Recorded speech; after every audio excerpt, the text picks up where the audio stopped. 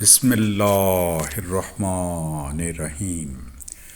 سبحان اللہ رب العالمین والصلاة والسلام علی خاتم الانبیاء محمد مصطفیٰ صلی اللہ علیہ وآلہ وسلم۔ بسم اللہ الرحمن الرحیم۔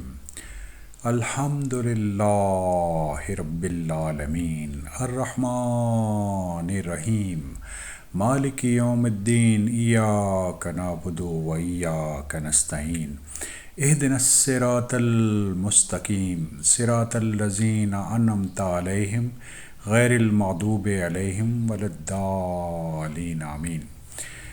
خواتین و حضرات السلام علیکم۔ ہم سورہ الانعام کا مطالعہ کر رہے ہیں۔ آج انشاءاللہ ہم سورہ الانعام کی 21 آیت سے لے کے 25 آیت تک کا مطالعہ کریں گے۔ 21 آیت میں اللہ تعالیٰ کا ارشاد ہے، اور اس سے زیادہ بے انصاف کون ہوگا جو اللہ تعالیٰ پر جھوٹ باندھے اور اللہ کی آیات کو جھٹلائے، ایسے بے انصاف لوگوں کو کامیابی نہ ہوگی۔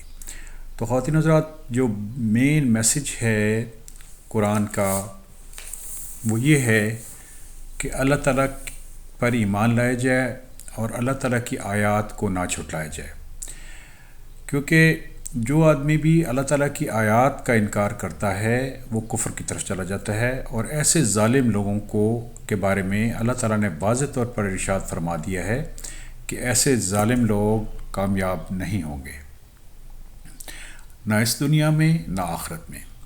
سورہ الانعام 22 آیت۔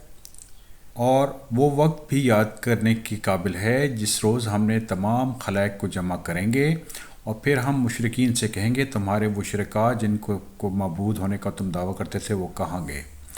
تو خواتین حضرات، جو سب سے بڑا جرم اسلام میں ہے وہ کفر اور شرک ہے، اور اللہ رب العالمین نے یہ وعدہ کیا ہے کہ قیامت کے دن جو مشرکین ہوں گے ان کو جمع کیا جائے گا، تمام لوگوں کو جمع کیا جائے گا اور مشرکین کو بھی جمع کیا جائے گا، اور ان سے پوچھا جائے گا کہ وہ ہستیاں کہاں ہیں جن کے ساتھ یہ اللہ تعالیٰ کے ساتھ شرک کرتے تھے۔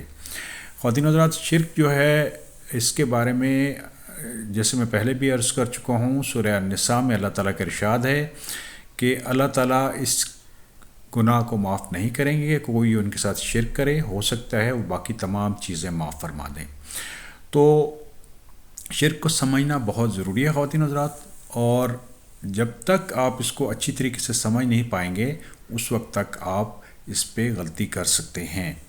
تو سورہ فاتحہ کو ذہن میں رکھیے، آیت الکرسی کو ذہن میں رکھیے، اور سورہ اخلاص کو ذہن میں رکھیے، تو آپ شرک سے بچ جائیں گے۔ اللہ تعالیٰ کا ارشاد ہے سورہ فاتحہ میں کہ ایاک نعبد و ایاک نستعین۔ جو عبادت ہے خواتین حضرات وہ خالص ہونا چاہیے اللہ تعالیٰ کے لیے، اور جب کسی چیز کی ضرورت پڑے تو اس صورت میں صرف اور صرف اللہ رب العالمین کو پکارنا چاہیے، کسی اور کو نہیں پکارنا چاہیے۔ سورہ اخلاص میں رب العالمین کا ارشاد ہے کہ اللہ تعالیٰ ایک ہیں، قل هو اللہ احد اللہ الصمد۔ تمام کائنات کے لوگ اور چیزیں اللہ رب العالمین پر ڈیپینڈنٹ ہیں، لیکن اللہ تعالیٰ کسی پر ڈیپینڈنٹ نہیں ہیں۔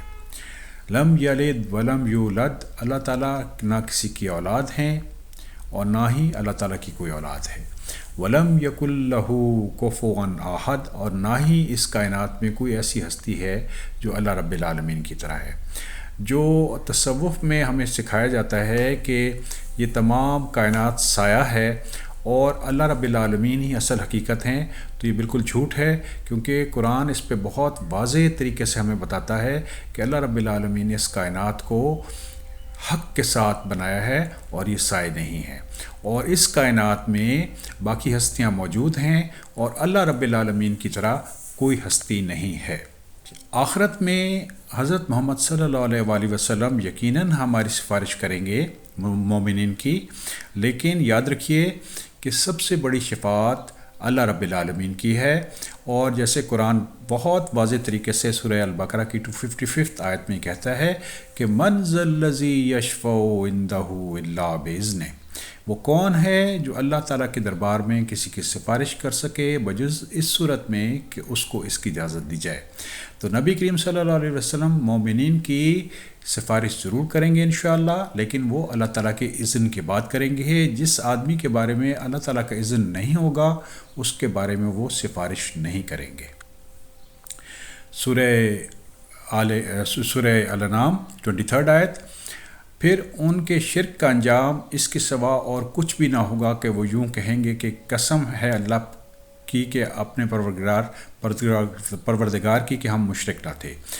قیامت کے دن جب مشرکین کا شرک ان کے سامنے آ جائے گا اور ان کو اپنا عذاب جہنم سامنے نظر آ رہا ہوگا تو اس وقت وہ یہ کہیں گے کہ ہم تو اللہ تعالیٰ سے شرک نہیں کرتے تھے۔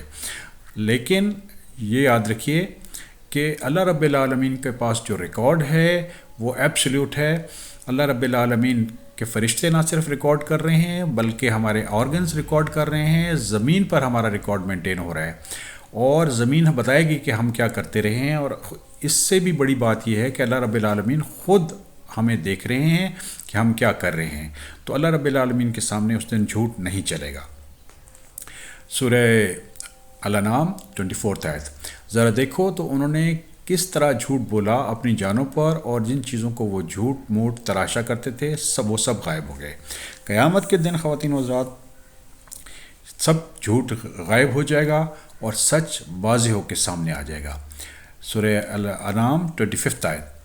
اور ان میں بعض ایسے ہیں کہ آپ کی طرف کان لگاتے ہیں اور ہم نے ان کے دلوں پر پردہ ڈال رکھا ہے اور اس کو سمجھیں، اور ان کے کانوں کو ڈانٹ دے رکھی ہے، اور اگر وہ لوگ تمام دلائل کو دیکھ لیں تو بھی کبھی ایمان نہ لائیں گے، یہاں تک کہ جب یہ لوگ آپ کے پاس آتے ہیں تو خام خواہ جھگڑتے ہیں اور یہ لوگ کافر ہیں، یوں کہتے ہیں کہ یہ تو کچھ بھی نہیں، صرف بے سند باتیں ہیں جو پہلوں سے چلی آ رہی ہیں۔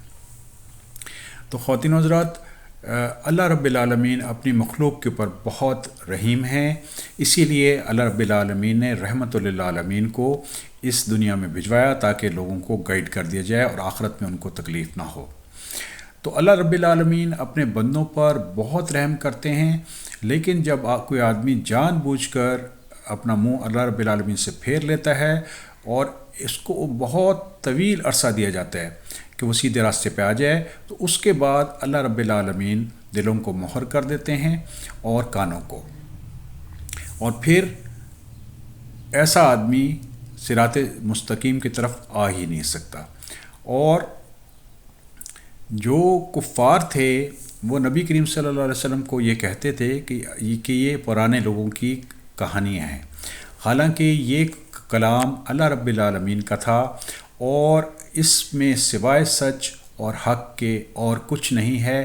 مین میسیج جو قرآن ہمیں دیتا ہے خواتین حضرات وہ یہ ہے کہ اس زمین پر اللہ رب العالمین کی حکومت ہونی چاہیے، اللہ رب العالمین کی عبادت ہونی چاہیے، اور آخرت میں ہم نے اللہ رب العالمین کے سامنے کھڑے ہونا ہے اور اس دن ہم نے اپنی اعمال کا جواب دینا ہے۔